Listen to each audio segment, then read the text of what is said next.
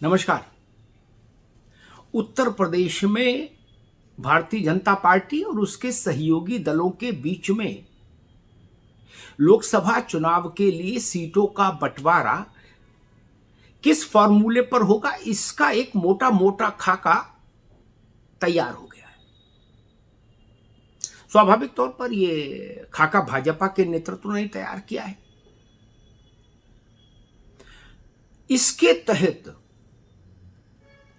कुल आधा दर्जन सीटें भारतीय जनता पार्टी ने रखी हैं उत्तर प्रदेश की 80 सीटों में से अपने सभी सहयोगी दलों के लिए। उत्तर प्रदेश में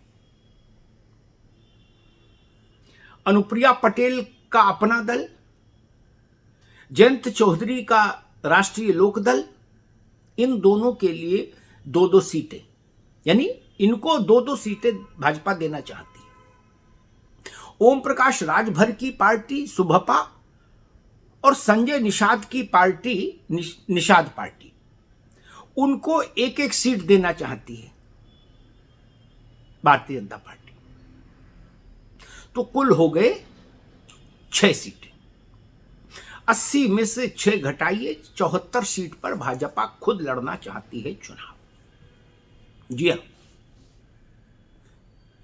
कल केंद्रीय चुनाव समिति की बैठक हुई। देश भर के राज्यों पर मंथन चिंतन था और उत्तर प्रदेश के विषय पर भी चर्चा हुई, चिंतन हुआ। और उत्तर प्रदेश की टीम भी शामिल थी इस बैठक में, जिस बैठक में खुद प्रधानमंत्री थे। उत्तर प्रदेश से योगी आदित्यनाथ और प्रदेश अध्यक्ष और संगठन मंत्री धर्मपाल, सब लोग थे। करीब 35-40 मिनट उत्तर प्रदेश के मसले पर चर्चा हुई।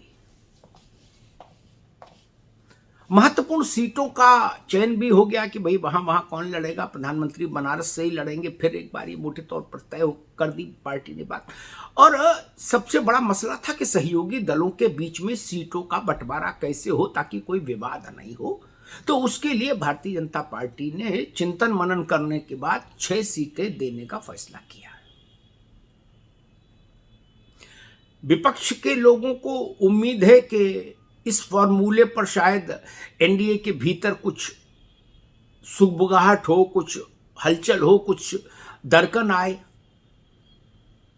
विपक्ष के लोग ऐसी उम्मीद भी जता रहे हैं और ऐसी आशा भी कर रहे हैं और दुआ भी मांग रहे हैं। तीनों चीजें, आशा भी, उम्मीद भी, दुआ भी। लेकिन मेरी समझ कहती है कि एनडीए में ऐसी कोई स्थिति पैदा नहीं होगी। जयंत चौधरी की ही आरएलडी को 2 सीट दी जाएंगी, ये बात तभी तय हो गई थी जब एक भाजपा और आरएलडी के बीच में चुनाव साथ लड़ने को लेकर समझ बनी थी। तब ये बात तय हो गई थी कि आपको 2 लोकसभा सीटें दी जाएंगी। तो इसमें इस फॉर्मूले में भी उनके लिए 2 ही है। अनुप्रिया पटेल की पार्टी को पहले भी 2 ही सीटें देती रही है बीजेपी, और वो सहर्ष उन पर चुनाव लड़ती रही है वो पार्टी, और भाजपा के साथ रही है निष्ठा के साथ, तो उनको भी आपत्ति नहीं। संजय निषाद की पार्टी निषाद पार्टी और राजभर की पार्टी सुभपा, वो इस स्थिति में नहीं कि वो ऐतराज करें। ऐतराज करके कहां जाएंगे। भारतीय जनता पार्टी सत्य को जानती है कि अब उत्तर प्रदेश की जो परिस्थिति है उसमें छोटे दलों के पास विकल्प भी नहीं बचे। भाजपा 1 सीट देगी तो उसको उसके जीतने की संभावना बहुत होगी। तब भी विपक्षी खेमे से 4 सीट भी मिल जाए तो भी जीतने की संभावना बहुत कम होगी। ये सत्य भी छोटे दलों के सामने है। इसलिए मोटे तौर पर भारतीय जनता पार्टी इस बात को लेकर आश्वस्त है कि 6 सीटों वाले फॉर्मूले पर उसके सभी सहयोगी दल सहर्ष मान जाएंगे। हालांकि जब भी आप ये सवाल करो इंडिया गठबंधन के मित्रों से कि भाई आपके यहाँ सीटों को लेकर तनाव है महाराष्ट्र में, यहाँ वहाँ, तो वो लोग बहुत प्रसन्नता के साथ इस बात का उल्लेख करते हैं कि 10 सीटें राजभर ने मांगी हैं और 15 सीटें जयंत चौधरी मांग रहे हैं और 12 सीटें अनुप्रिया पटेल मांग रही हैं और 10 सीट निषाद मांग रहे हैं भाजपा से। देखें भाजपा कैसे उनको संतुष्ट करेगी। लेकिन स्थिति इसके बिल्कुल उलट है। भारतीय जनता पार्टी एनडीए के गठबंधन में भारतीय जनता पार्टी वो केंद्रीय दल है जिसके पास लगभग 90% स्टेक है, 10% में सब है। इंडिया गठबंधन की स्थिति दूसरी है, वहां कांग्रेस 90% छोड़िए 50% की स्टेक होल्डर भी नहीं है। जिस गठबंधन में क्षेत्रीय दल और कांग्रेस में 19-20 का अंतर है, वहां टकराव स्वाभाविक है। जो स्थिति बंगाल में ममता बनर्जी की है, बंगाल वाली ममता जी की जो स्थिति इंडिया गठबंधन में है, वैसी स्थिति भाजपा के साथ एनडीए में किसी की नहीं। या जो स्थिति अखिलेश यादव की उत्तर प्रदेश में है इंडिया गठबंधन में, वैसी स्थिति भाजपा के साथ किसी की नहीं।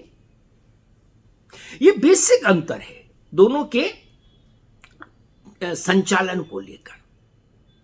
इंडिया में गठबंधन में 19-20 की छुटाई पड़ाई वाले गठबंधन घटक दल शामिल हैं।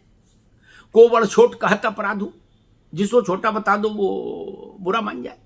लेकिन एनडीए में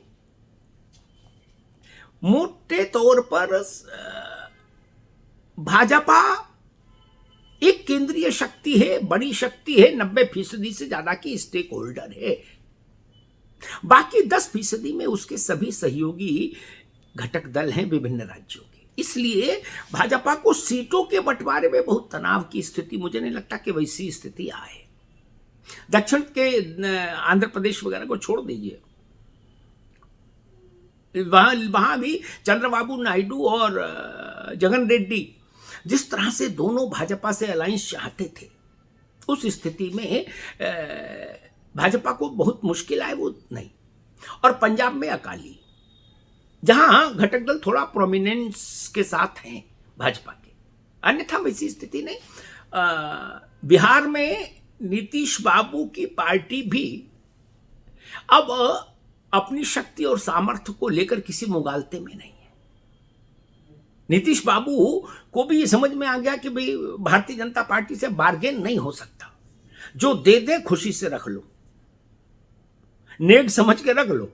अब लड़ने की स्थिति में नीतीश बाबू की पार्टी नहीं रही बिहार में ना। तो कुल मिला के परिदृश्य और उत्तर प्रदेश की तस्वीर ये है कि 74 सीटें लगभग भाजपा लड़ेगी और 6 सीटों में अपने घटक दलों को लड़ने के लिए 6 सीटें देगी। आने वाले दिनों में इसका खुलासा हो जाएगा, औपचारिक तौर पर इसकी घोषणा हो जाएगी और एक आध दिन के भीतर भारतीय जनता पार्टी देश भर के अपने उम्मीदवारों की पहली सूची जारी करेगी। और उसमें माना जा रहा है कि उत्तर प्रदेश के लगभग 40-45 स्थानों पर भाजपा अपने उम्मीदवारों के नामों की घोषणा कर देगी। और अगर ऐसा होता है तो लगभग आधी सीटें भाजपा अनाउंस कर देगी। इसका मतलब ये जो आने वाले 4-5 दिन हैं ये महत्वपूर्ण हैं।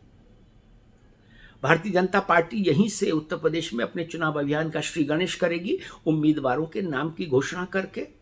और सबसे पहले हारी हुई सीटें जो 19 में भाजपा हारी थी उन पर उम्मीदवार और प्रमुख उम्मीदवार जैसे प्रधानमंत्री नरेंद्र मोदी, इस तरह के जो नाम है उनको वो पहली सूची में सार्वजनिक करेगी, ऐसा माना जा रहा है। तो आने वाले 4-5 दिन महत्वपूर्ण है उत्तर प्रदेश की दृष्टि से, भारतीय जनता पार्टी की दृष्टि से और लोकसभा चुनाव के संदर्भ में। धन्यवाद।